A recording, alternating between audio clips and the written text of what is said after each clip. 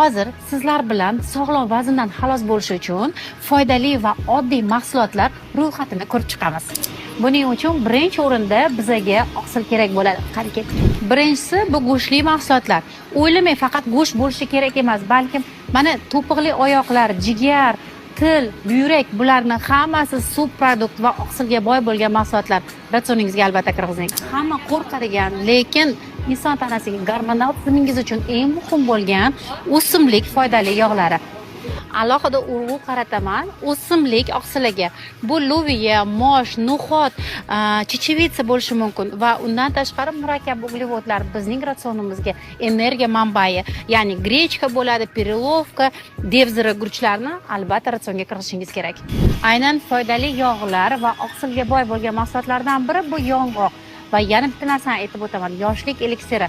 Har bir ayol 40 yoshdan keyin mana shunday yong'oqlarni, ya'ni faqat buni emas, barchasini ratsionga 20-30 grammda kirgizish kerak. Sabzavot va mevalarni unutmang. Ha, aytgancha bunday mahsulotlar juda ko'p, lekin siz batafsil o'rganishni xohlasangiz, unda man sizlarni 17-18 fevralda bo'lib o'tadigan sog'lom ozish bepul master-klassimga taklif etaman. Ha, aytgancha master-klassda joylar soni chegaralangan, shuning uchun hoziroq joyingizni band qilish uchun esa kommentariyada plus belgisini qoldiring.